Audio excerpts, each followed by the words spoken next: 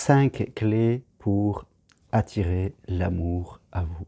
Bonjour, vous me connaissez, je suis Germain Roncari, psychopraticien de vie sentimentale et j'accompagne les personnes qui veulent être plus heureuses dans leurs amours, que vous soyez en couple ou que vous soyez une personne seule. N'hésitez pas à prendre rendez-vous avec moi, c'est possible à distance de chez vous, par Skype, WhatsApp, Messenger ou simplement par téléphone. Toutes les infos sur mon site germainroncari.com et aussi sur le petit texte qui accompagne cette vidéo. Donc oui, 5 clés pour rencontrer l'amour, je dirais 5 clés simples de conscience de soi, parce que toute évolution humaine, que ce soit en amour ou dans autre chose, passe justement par cette conscience de nos comportements, cette conscience des moteurs intérieurs dans notre monde intérieur qui nous poussent, qui nous dirigent sans nous en rendre compte. Parce que toute la société, bien sûr, est organisée à provoquer en nous ce que l'on appelle des ancrages, c'est-à-dire des actes réflexes pour, je ne dirais pas nous manipuler, ce serait peut-être un peu fort, mais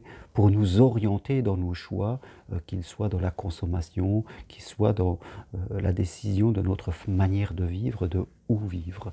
C'est important, la société, la publicité essayent de nous influencer, mais nous pouvons nous aussi, je dirais, en faisant un travail de conscience de soi, utiliser les mêmes principes pour mieux nous connaître et mieux attirer à nous ce que nous désirons. Et bien justement, le premier travail de conscience, c'est de bien savoir ce que l'on veut vivre et ce que l'on ne veut pas vivre, ces fameux critères par rapport à nos expériences du passé. Le passé nous a amené des expériences pas toujours positives, et justement, par un travail de conscience, un travail d'observation et d'analyse, nous apprenons à savoir ce que nous voulons vivre et ce que nous ne voulons pas vivre. Ces critères sur la vie, plus de critères sur la vie que sur la personne elle-même en face. Et nous apprenons aussi à le dire, à le communiquer au bon moment et à la bonne personne, bien sûr. C'est toute une histoire de comportement pour rencontrer l'amour, attirer à nous. La clarté amène la réalisation. Et la clarté, c'est à l'intérieur de nous que nous devons commencer par la mettre en place. Donc, la première clé de conscience, bien savoir ce que l'on veut et ce que l'on ne veut pas. La deuxième clé de conscience, c'est justement savoir observer en nous nos freins, nos peurs, qui viennent souvent peut-être de notre enfance, de notre enfant intérieur, comme on dit, et de déjà les rapports qu'on avait avec nos parents et de toutes les expériences que l'on a vécues après. Avoir conscience de ces peurs, de ces freins, pour mieux les traverser. C'est important. On ne peut pas ne pas avoir de peur et de freins. Nous en avons tous. Et ils ont une utilité. La peur est juste un signal d'alarme pour nous indiquer ce qu'il ne faut pas faire. Elle est comme un voyant sur un tableau de bord de voiture. Mais ce voyant sur le tableau de bord de voiture n'empêche pas de rouler en voiture. On ne va pas rouler en voiture sous prétexte qu'on a peur de tomber en panne. Ça serait un non-sens. Vous voyez, on apprend à conduire. On apprend à rouler et on apprend à faire attention à appliquer le code de la route. Donc on apprend en connaissance de ses freins. Et deuxième clé, en connaissance aussi de ce que l'on veut, première clé, à appliquer le code de la route de l'amour. C'est très important. Troisième clé de conscience de soi pour rencontrer l'amour, c'est dépasser ses habitudes, prendre conscience de sa routine. Nous sommes tous dans une routine, vous faites compte, si on regarde bien, on répète tout le temps la même chose. À peu de variantes près, on voit toujours les mêmes personnes, on va dans les mêmes endroits. Et si nous voulons souvent rencontrer l'amour, rencontrer des personnes différentes, il va nous falloir élargir cela, oser faire des choses différentes, et parfois seuls. Et c'est là aussi où nos freins sont présents, à développer notre capacité à faire des choses différentes. Ce n'est pas simple. Ce n'est pas simple. Et combien je vois de personnes qui, mécaniquement, reviennent à leur point de départ. Vous voyez, c'est comme la roue qu'on met quand on joue, quand on met une roue et qu'on fait tourner une petite machine, je ne sais plus comment ça s'appelle, et fin de compte, la roue tourne, et puis pouf, elle finit toujours au milieu. Les gens, c'est un peu comme ça. Ils essayent de bouger, mais comme on Monopoly, ils finissent toujours à la case départ. Et c'est ça qu'il faut aussi changer, s'habituer, parce que c'est une autre habitude. Les gens ont l'habitude de faire toujours la même chose, et on peut avoir une habitude à faire des choses différentes. Ça se travaille. Au début, il y a un peu de résistance, c'est normal, il faut l'accepter.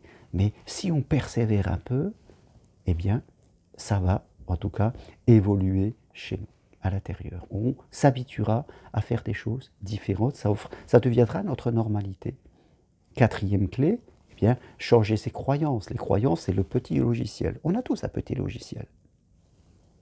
Il y a des gens qui ont des croyances fondamentales qui guident toute leur vie. Par exemple, eh bien, pour être heureux, il faut tout contrôler et faire attention à tout. Autre croyance, pour être heureux, il faut s'occuper des autres. Il faut leur faire plaisir.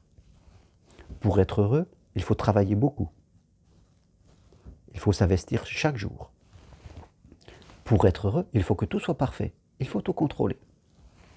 Voilà ce genre de croyances qui souvent pilotent tous nos comportements. Et bien sûr, en amour, voilà, je ne mérite pas d'être aimé. L'amour, ça ne marche pas. On ne peut pas faire confiance aux autres. Voilà le style de croyance fondamentale qui vient nous piloter. Et bien sûr, il faut changer ces croyances par une autre croyance. Il faut déjà les écrire en fonction de notre situation. Et après, tout doucement, avec le temps, patiemment, les intégrer. Voilà. Une croyance négative est tout simplement, avec le temps, changée par une croyance positive. Et la cinquième clé, apprendre à aller vers les autres. On ne peut pas vivre sans les autres. Dans ce confinement, pour ceux qui ont été seuls, vous l'avez vu, on ne peut pas vivre sans les autres. Nous mourrons sans les autres. Les autres sont notre miroir. Si nous sommes méfiants, nous allons rencontrer des gens méfiants. Si nous sommes envahissants, nous allons rencontrer des gens qui se laissent envahir. Il y a une normalité, tout nous pousse à évoluer. Les autres nous poussent à évoluer. On ne peut pas évoluer sans les autres. Alors c'est important de développer votre amour des autres. Pour rencontrer l'amour, il faut développer l'amour que l'on a pour les autres. Mais l'amour pour les autres, ça ne veut pas dire que je fais tout et je me mets au service. Aimer, c'est savoir dire oui et savoir dire non, savoir dire peut-être en fonction des situations. Aimer, c'est garder son libre arbitre, sa capacité de choix, son pouvoir personnel. Et c'est quand on partage nos libres arbitres que l'on a vraiment des relations harmonieuses et qui durent dans le temps. Voilà en tout cas ces 5 clés que je voulais partager avec vous, ces 5 clés de conscience de soi. Bien savoir ce que l'on veut, avoir conscience de ses freins, dépasser ses habitudes, changer ses croyances, aller vers les autres. Si vous êtes seul, voilà le chemin que vous devez entreprendre aujourd'hui. Et si vous êtes en couple, que cela ne va pas, et c'est aussi le chemin qu'il va vous falloir mettre en place pour faire évoluer votre couple, soit en restant dans ce couple et le faire progresser, soit en le quittant pour une vie plus juste pour vous. Voilà, merci à vous. Allez sur mon site germainrocari.com, venez marcher avec moi sur le chemin de Compostelle. Je vous dis à très bientôt. Merci. Au revoir.